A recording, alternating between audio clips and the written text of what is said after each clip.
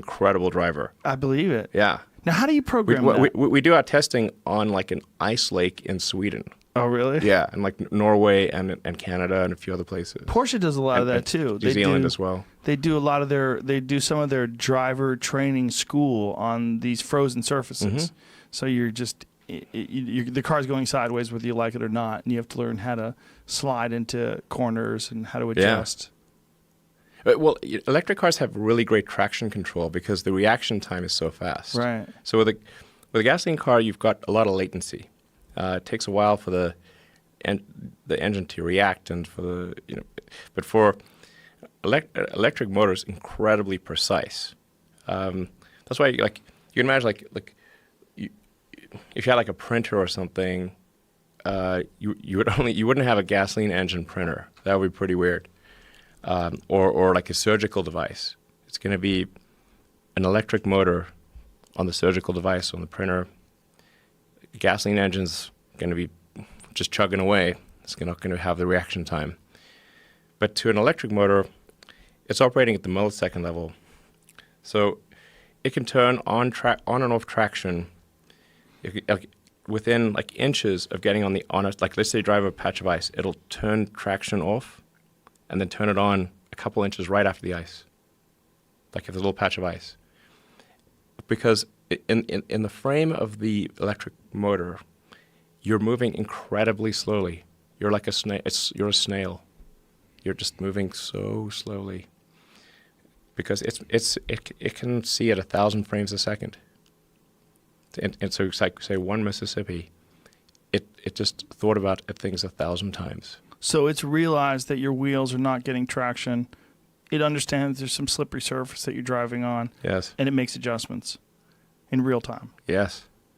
And milliseconds. That'd be so much safer than a regular car. Yes. It is. Just that alone, for loved ones, you'd want them to be driving your car. Yes. I'm on board. Fuck motors. Dude, fuck regular motors. The S, X, and 3 have the lowest probability of injury of any cars ever tested by the U.S. government. Whoa. This is, yeah, but it's pretty funny. It's pretty crazy. Like people still sue us. Like they'll have like some accident at 60 miles an hour where they like twisted an ankle and they sue. Like they'll be dead in another car. They still sue us. But that's to be expected, isn't it? It is to be expected. Do you take that into account with like the same sort of fatalistic, undertones? Just sort of just go, you got to just let it go. This is what people do. I tell you, I've got That's what it is. Quite a lot of respect for the justice system. Judges are very smart, and